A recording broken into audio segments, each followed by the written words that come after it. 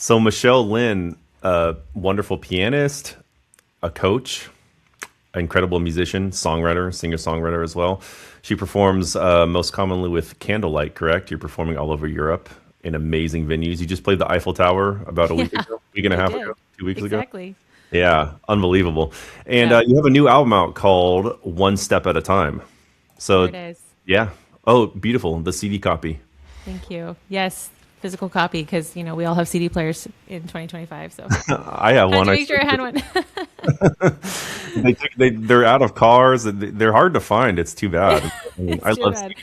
I'm Yeah. telling everybody that they can have a beautiful coaster just for the price of $20. Is there a vinyl version? I have been asked to make one, so I need to look into it now. Yeah, one of my followers was like, "I'll pay you extra if you give me the vinyl version." I'm like, "Dude, I am not cool enough to get a vinyl press of my album." He's like, "You are now." I'm like, "Okay, here we go." I think more people oddly have vinyl record players than they do CD players now. Yeah, acoustics coming Yeah. back. Yeah, Yeah, hipster. I know. But yeah, talk about the album. How long has it been going? How long have you been working on it?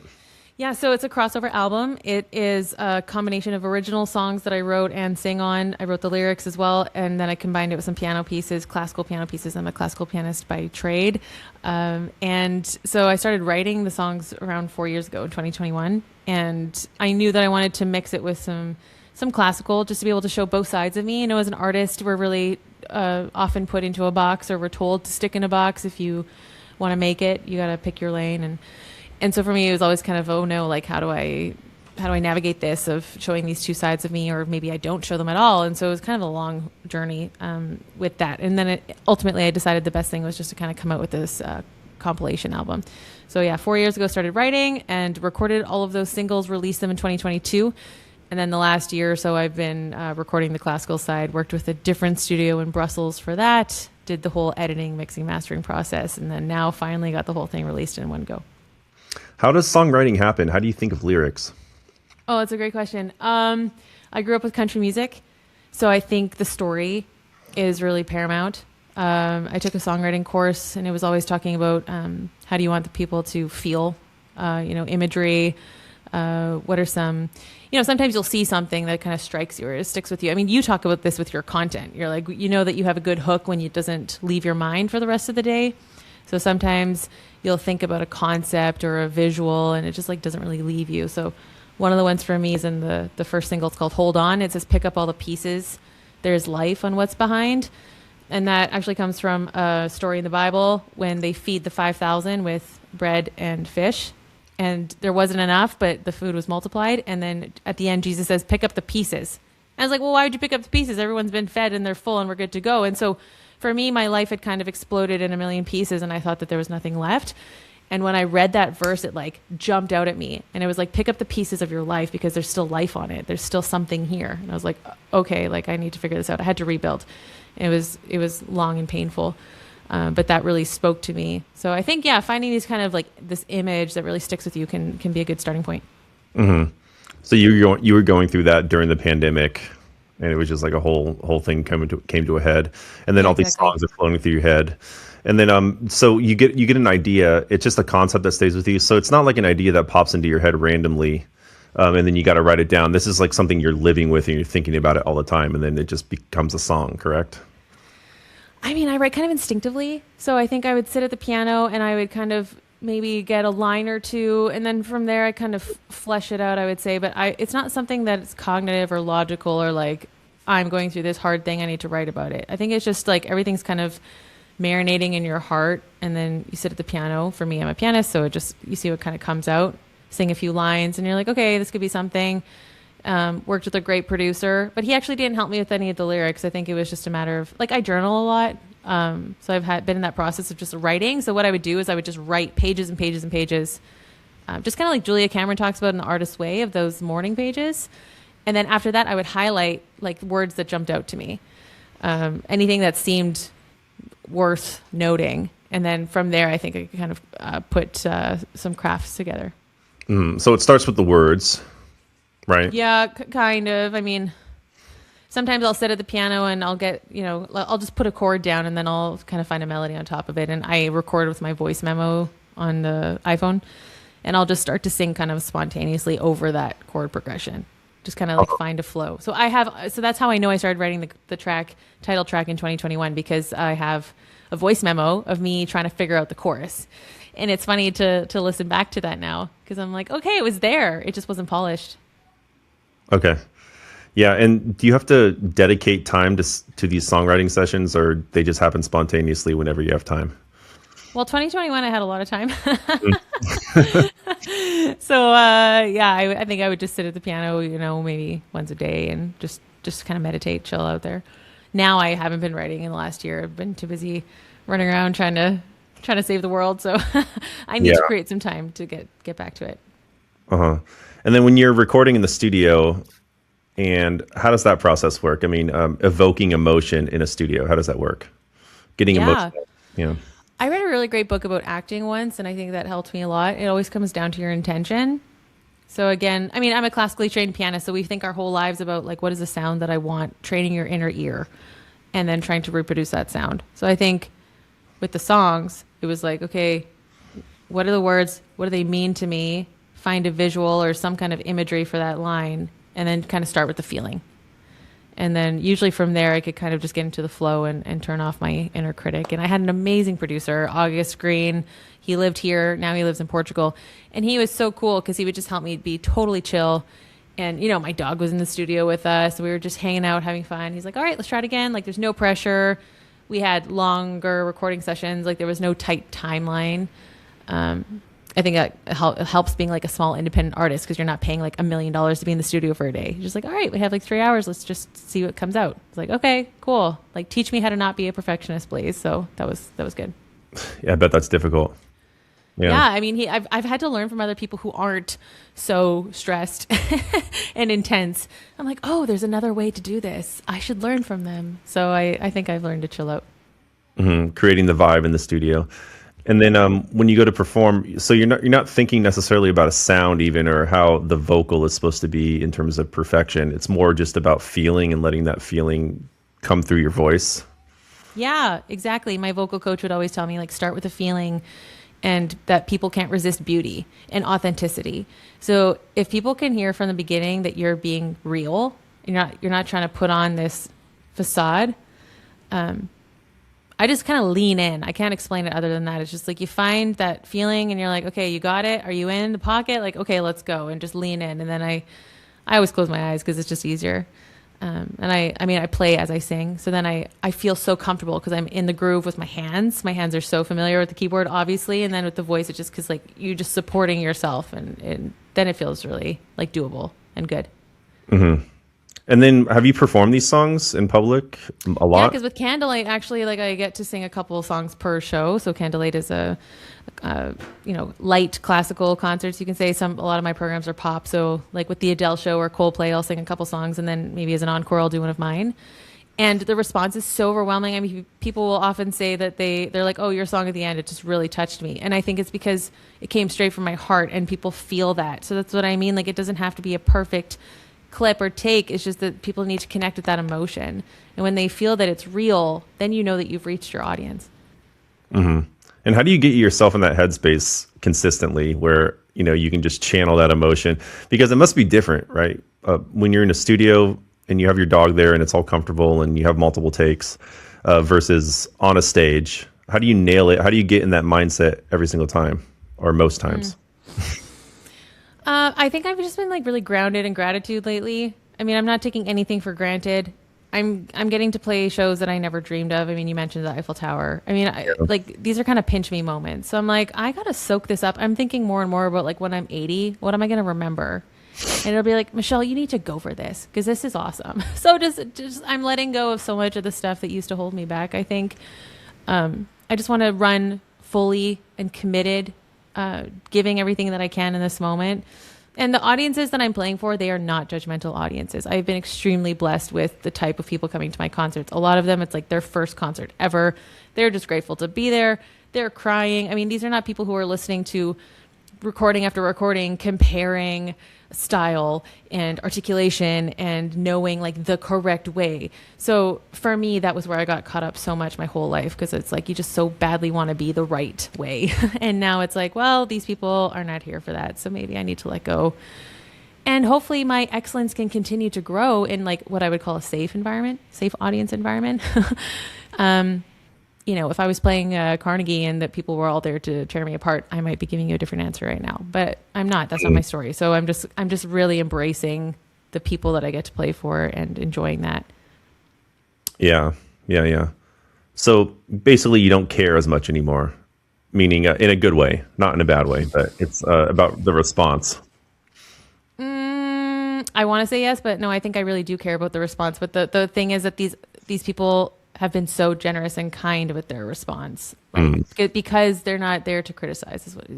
When you know your audience is there to receive and enjoy, then it changes the approach, because you're like, I'm here to give people an experience, and I know they're going to love it, because I have evidence now of 4 years on tour of people telling me like, oh, it was my mom's birthday and we were crying during the encore because we loved that song that you did. Like if it's a Hans Zimmer show, I just played Interstellar 2 nights ago in Paris, and they're like, we loved the movie, it was so emotional, thank you. So how many times can somebody say thank you to you before you finally get past your own ego and you're like, oh, these people are here because they love it. And it's not even about me. It's about the experience of coming together with music. And I get to be a part of that. I get to be the person creating this space for them. And like, what an honor that is. That's just humbling to me. Mm-hmm. Yeah. And ego really is a block, isn't it? So I mean, I think I really care about people coming and receiving something important to them and having a good time. I don't want people to be complacent or just be like, yeah, whatever, we saw this thing. I want it to be a special moment in their day or their month or something like that. Mm-hmm. And when you're really nailing it, when you're really on and you feel like you're connecting with the audience emotionally, are you more in your head, in your own world, or are you really out with the audience? I mean, so here's what I've learned. Like the audience will give you different responses, and you cannot judge how they are taking it in by their response. Sometimes people are tired, or they're cold, or they are, I want to say Belgian, because like the Belgian audience is much more withdrawn than audience in France. And I know this now after a lot of experience. In the beginning, I didn't know that. So if I didn't get a huge applause after something, I would be like, oh my gosh, they don't like it.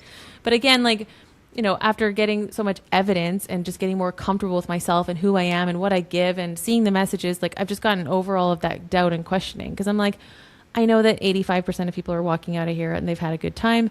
I stand at the door and I talk to people after the show. So it's like I get kind of instant feedback, or like my DMs are full of really nice messages after a thing. So I'm like, okay, for the people, some people it's not connecting with, no one's ever been like, you suck. So I'm just kind of I'm just trusting now at this point. I think I'm in a season of trusting.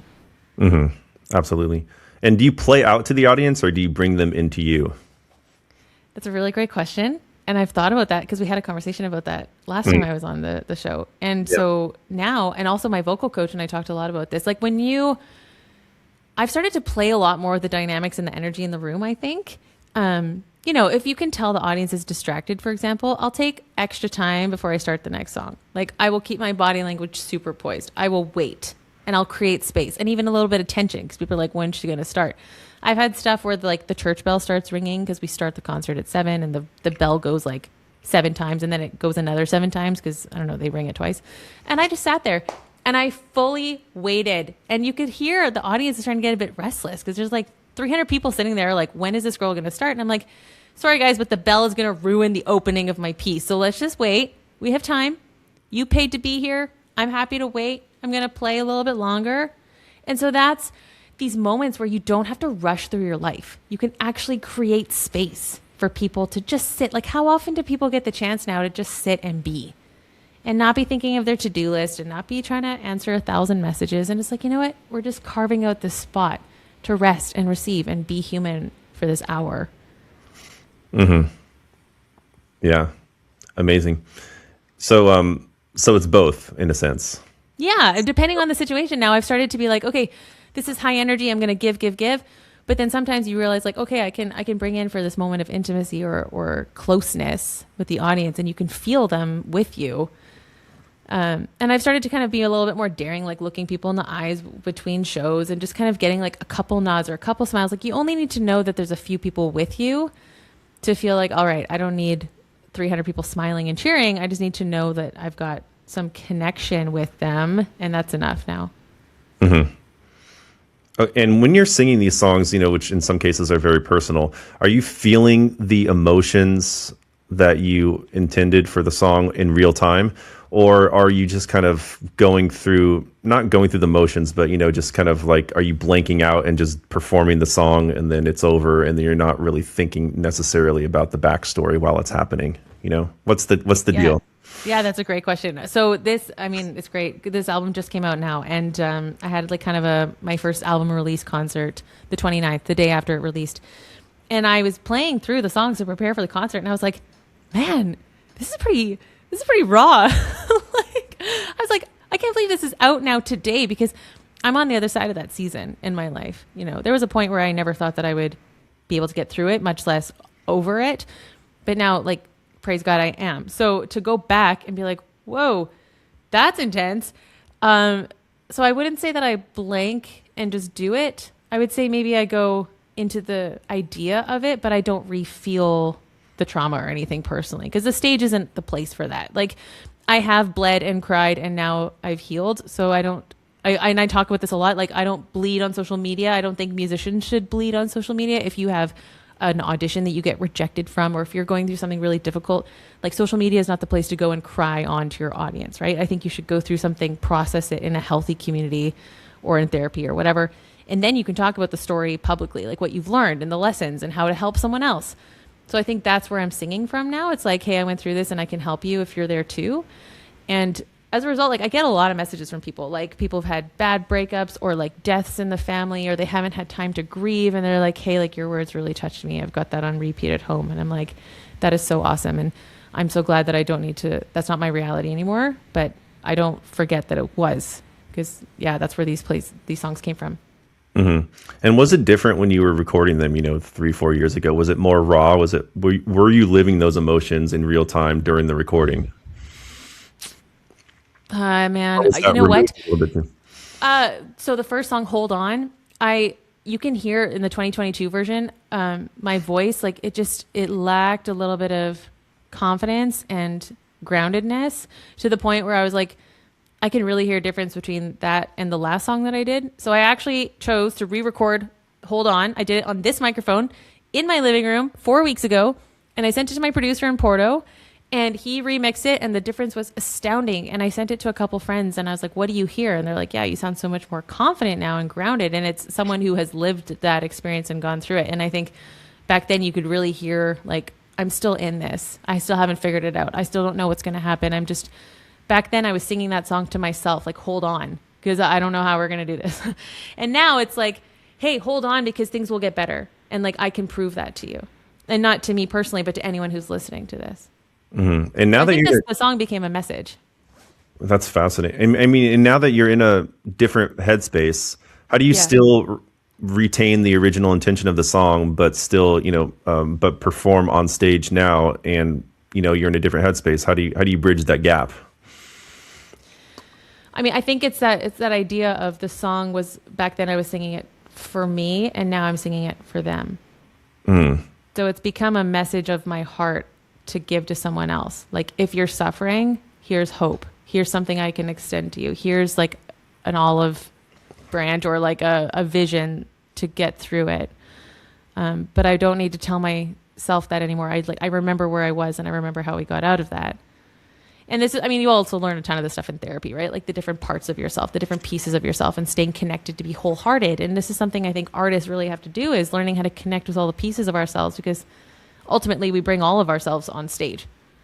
And if you want the audience to feel the truth of what you're giving, then you have to be authentic. You have to be yourself. And we see this from the greats, like all the people that you talk about on your Instagram, these great artists who let us pass that wall. And we see the emotion, like Aretha Franklin. I just watched her do this incredible performance, and she's wearing this fur coat, and she throws it off, and the audience is on their feet. And it's like, but she's so real, and she's so her, and she's so authentic, and nothing about that is fake. So I think it's that difference of like being healthy and then singing it for someone else. Mm-hmm. And you mentioned before some of the blocks that artists encounter, or maybe you have encountered in the past. What are some of those blocks? You mean like the typical perfectionism, wanting to be perfect, hoping everyone loves you kind of stuff? Sure. Things that impede you from having a connection with your audience on stage. So I would say that would be like so worried about making a mistake that you can't actually say anything with the music because you're just trying to play note perfect. I mean, to be honest, I had a really tough concert yesterday. I was on this piano that was just impossible for me to control. And the first half was just, it was not going the way that I wanted it to. And I, in those situations, you're just like, oh man, I'm a lot more compassionate with myself now. I'm like, I know that you're doing your best and we're going to get through this. But in the past, there might have had a lot of shame come in during the performance. Like, you should have practiced and look what's happening. And this is, and it's like, okay, well, that's not going to help me right now. And I did prepare for this and it's still going badly. So we gotta rally the troops here and figure out what's going to work. So in terms of that inner voice, I mean, the inner game of tennis talks about this, self one, self two, trying to find the flow. And I also had a really great course in university, and she's talking all the time about like singing and listening. So like just try and hear the next phrase in your inner ear. How do you want it to sound? And then create that and stay ahead. Don't get behind. As soon as you start thinking about something that just happened, it's over because now you're missing what's right in front of you. So yeah, just trying to get into that flow state. Staying present, basically you're a second ahead at all times, and then you never go back or forward, more forward than that. Yeah. Anticipating, just looking one step ahead. Yeah. Mm-hmm. Is that a muscle that someone can train, by the way? I mean, do you have to practice that? I mean, I think, yeah, you would know. You've talked to like how many musicians on your podcast who are, what are they telling you? Mm-hmm. Yeah. I mean, I have to train it. Yeah. But, and you definitely get better with time staying in the moment. Yeah. But yeah. Yeah. I mean, I think it's a lot to do with your self-talk. I've had to really train my self-talk, eliminating negative self-talk, criticism, being hard on myself. I've learned a lot about self-compassion from like Kristen Neff, that scientifically you are more likely to get better results if you are kind to yourself. That changed the game for me because I'm so results driven that it was like, roll your eyes at being nice to yourself because you're just going to compromise your standard because you want to give yourself a little like, oh, don't worry, Michelle, you're doing your best. But then it's like, no, hey, actually you can reach your results faster if you're kind, because then you don't have to waste all this energy like having this inner conflict dialogue all the time, and you'll be a happier person. I was like, okay, maybe I need to think about this. Just like learning to take the pressure off. Yeah. And amazing. And what would you say to somebody? Okay. So there's somebody out there, there's a musician out there that has songs or they like to perform, but they can't get over that gap of, I'm going to go record these and then put an album out. How does one get past that point of, I actually should release my stuff. People could benefit this. People should hear my music. Yeah. I mean, I think most of the time when people don't release something, it's because they're thinking of all the people who are going to judge them and say that it's crap. And like, who do you think you are? And I had that voice for so long. Like, Michelle, you're a pianist. Who do you think you are to be singing? I coach singers. Like, I worked in a singing studio for 3 years. I know what a great singer sounds like. I'm talking classical, right? So who am I to show up with my little, but I don't want to talk like that about myself because I don't talk like that about myself anymore. But previously I did. So that's why I was stuck, because I would get into those little inner shame dialogues of, what's so-and-so going to say? One of my best friends that everyone has that person in their head that they're like, oh no, I don't want that person. What would they say about me? Well, that person for me ended up being one of the biggest supporters for me. So I think a lot of times we're inventing things we think people might say that aren't true. You got to really check the lies that you're believing, because we could be telling ourselves stories all day and actually that person never would have said that thing. It's just that we've learned to be really mean to ourselves because somebody in your younger days thought that it would be a good idea to be hard on you to make you work hard. Right? And that's also a little bit about the generation that raised us, because that's what they learned. So now I think there's like this whole new movement of like healthy thinking, healthy thoughts, self-compassion, bringing in your heart, letting yourself be seen, be vulnerable. So yeah, to anyone who doesn't know where to step, I would just say like start really small and share it with people that you trust and get some feedback.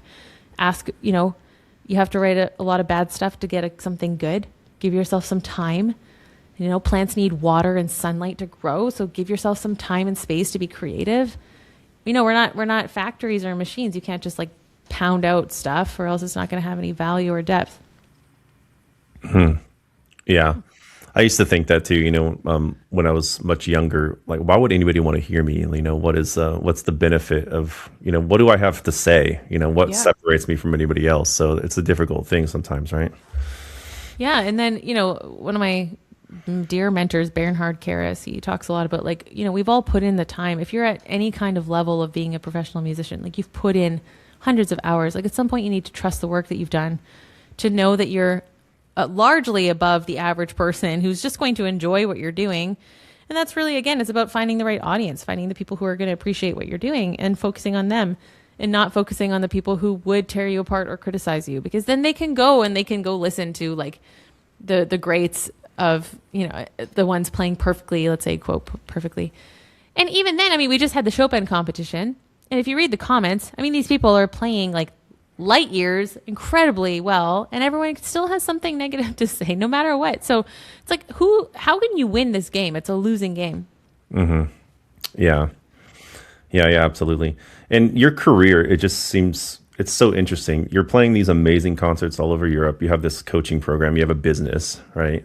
You're doing all this stuff. I mean, what has changed, do you think, in terms of how you used to be operating as an artist and as a musician or as a businesswoman versus now? What was the turn? Why are things going pretty well now compared to before? I really asked myself that this morning, like not even joking. I'm like, what has changed? Because somehow things clicked. And so there's a few things, to make a long story short, but like you hit the rock 100 times and it breaks on the 101st time. There's that. The consistency over a long period of time, avoiding frustration, that has been big for me. I've had to like swallow my pride so many times. Try again. This didn't work. Try again. Don't get involved with your ego. Don't take it personally if people say no. Keep looking for opportunities. Stay focused on what you have. One of the lines from one of my songs is just use what is in your hand. Everyone, so many artists, like, I don't have the connections. I don't have the right equipment. I don't have the recording studio. I don't have the budget. It's like, okay, what do you have? I recorded on this microphone. This is like a $200 microphone. I recorded one of my singles on it. You don't need to have the best of the best to make something with impact. I just bought a really nice piano, but for the last 10 years, I had like a decent piano.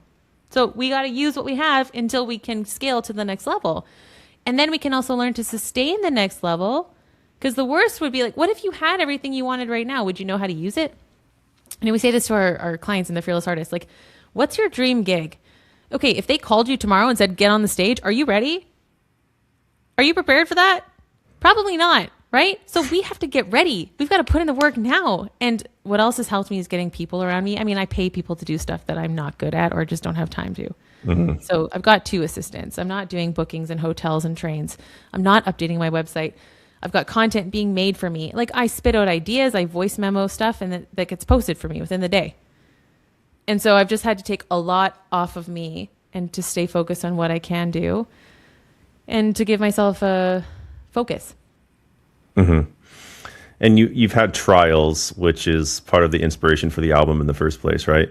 I mean, I get the impression that, has there been a shift in faith as well? Like an increase in faith since then? Oh man. Whew. So yeah, that's a good one. So I've been a Christian for a while. I would say 20 years, let's say. And so I was married and, to someone who I had the same values, and we were in leadership at a church. And, so everything crumbled, got divorced and lost a lot of friends in the church and, lost, the position that we had. And, so it just went through this kind of shaking, I would say. And I would also say God has been faithful to me, and he never left and really put people around me to help me. But in my own pain and questioning, I think I've been wrestling for longer than I maybe needed to, because the why can eat you alive. If you can't let go of the why, and if you demand answers or an explanation, also that one of the lines in my song, some questions don't have an answer. And so I really had to come to this place of surrender. So I would say probably in the last year and a half, my faith has started to bloom again. But for a while, it was just like survival mode, total survival mode. Yeah. And and this can't be a coincidence, right? I mean, with the career and the faith increasing, it's like, do those two go hand in hand? I really believe God has given me everything that I have. So my prayer is to be able to steward well what I've been given. To really, to plant. The Bible talks about reaping and sowing. And everything that you're living today is because you've sowed it in the past. What you're reaping today is something that you have sowed in the past. So my prayer is like, God, prepare me. Teach me what to sow. Teach me who to focus on. Help me to use the gifts that you've given me. Like, I know this isn't coming from me. I have had divine connections show up in my life. People appearing in my life out of nowhere that I didn't find. I wasn't looking for the producer of my album. It was a friend of a friend. And then suddenly he was in my living room taking piano lessons. And then he encouraged me to show him my stuff. Like my vocal teacher, I met his wife at a hair studio. Just people have just appeared. And so I'm like, okay, God, like I can see that you're putting these people in my life. And people have prayed for me. I mean, I've got a prayer team. They cover me when I travel. When I'm traveling, I'll sometimes send like these SOS texts because I need to catch a flight and a bus and a train, and then my concert's in 3 hours, and like the stress is off the charts. And I have this peace that like he's in control and I can trust him, and it's not up to me to save the world. I just want to be used and yielded and surrendered, and to use what I have to make things a better place around me. So yeah, absolutely. That for me is my core. And how does one increase trust and decrease trying to control every little aspect of their lives? Great questions. I mean, I can only speak from my own experience, right? But I've learned like trust comes through relationship and time. So, spending time in the Word of God, spending time in prayer, spending time talking to other people who have faith as well, who can encourage me, being very honest about my doubts and fears, writing them down. I mean, the songs are also very honest. Like, we're not pretending here. And that's where I've had taken issue in the past with some Christian circles. It's like slap a smile on your face and be like, yeah, God is good. Like, everything's fine. It's like, actually, things are not fine. I was not fine. And I had people trying to be like, oh, you need to just keep going. It's like, but I can't. And the song Let Me Heal, I mean, it's the most uncomfortably honest song that's on the album. It's also the highest streamed song, which I thought was interesting. But it's like, carry me on a stretcher, I'm bleeding from within. Cut so deep, I cannot breathe. Help me walk again. Because I had this image of me, like, I mean, it's a little graphic, but I had this like slash across my chest, and I was literally bleeding, being carried on this stretcher. And it was just kind of something that I had in my mind's eye in that season. And so that's where those words came from. And it was like, I can't pretend that I'm okay. And I'm a pretty positive, optimistic person. So my natural tendency is to be like very open and bubbly and all that stuff. But I was like, I would say I was non-functional for a good 2 years. Like even my parents were like, we haven't seen you smile. So I think if you want to heal, you have to be honest. You have to let yourself be honest with where you're at, or else it's just going to be kind of a facade, like a Band-Aid solution. Did that answer the question? Yeah. It's a pretty long. So it really does start with time, though. I mean, it starts with a relationship, and then it takes time, right? Absolutely. Yeah. Like any relationship in your life, you need to spend time and be honest, I would say. Mm-hmm. Yeah. Letting yourself feel your feelings, I think, is also a big thing that maybe also like Christian circles isn't maybe talked about enough, or just even in general, a lot of people are taught like, put on a brave face, be strong for the other person. It's like, yeah, but you got to put on your own oxygen mask first. And if you're not taking care of yourself, you can't take care of someone else truly, because at some point it's going to cost you. Mm-hmm. And this maybe gets to, where do ideas come from? Because I've always wondered this with songwriters. I'm not being a songwriter. Where do ideas really come from? Like, what's the source? When you have an idea that flows through your head and it's just this genius light bulb idea that can potentially change your life, right? Because you write a song and that you could be known for that song, and that idea could change your life. Where does that idea come from? What is the source? Is it you? Yeah, I mean, a lot of people talk about the muse, right? Mm-hmm. I know Chris Martin wrote Yellow because they apparently walked outside the recording studio and they looked up at the sky, and they were just kind of had this moment of awe and wonder and said, look at the stars. And that song has how many billion streams now? It's just these moments of inspiration that can hit you at anything. And obviously as a Christian, I'm going to say like, okay, I can see God in this, or that's from him. He's my source. For someone who's not a believer, then I would definitely say, I mean, the evidence of the world that we live in, taking time outside, hiking in the mountains, a sunrise, or like a moment of connection between two friends. I mean, these beautiful moments. I mean, you just had your second child. I mean, you know what it's like to have these moments of awe and wonder. And you're like, there's no price to put on this. This is so precious. And if we can create space for that, hold on to those moments, I think that's where great art is also birthed. Mm-hmm. And then having the taste to recognize when they pop up, right? Yeah, and that's part of the artist's job, is to create beauty, or to be honest about like the state of the world, or the society that we're living in, and hopefully to point people to something that's greater than us, because there are so many horrible things happening that if you don't have a source for hope or strength or to comfort to be able to move through this, I mean, who else do you look to? Absolutely. Yeah, absolutely. So you've performed all these songs on stage on the new album. Yeah, recently. Yeah, 2 weeks ago. Uh-huh. And you performed the whole album, or in one go? I did almost the entire album. Yes. Wow. Yeah. And what does that feel like, going through the whole thing? Whew, it was a journey. I was feeling like stretched. I was surprised. I mean, it was also the day after the Eiffel Tower, and I had to travel home, so obviously a little bit of tiredness there. But I was uncomfortable with the level of vulnerability in the lyrics, because I'm not there anymore, like we already talked about. So it was a little bit of that. It was a little bit of like, wow, these people are getting like a real snapshot here. I'm like, it's kind of like, hi guys, here I am.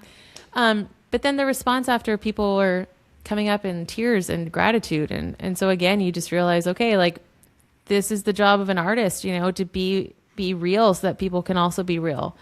And to have that, because people, when they feel safe, they'll open up. And I can't tell you how many stories I've had from people sharing real pain and difficult things. And I'm always like, whoa, like I'm a little bit surprised sometimes at how far people will share it to me. But then I realize that's their response to what I gave them.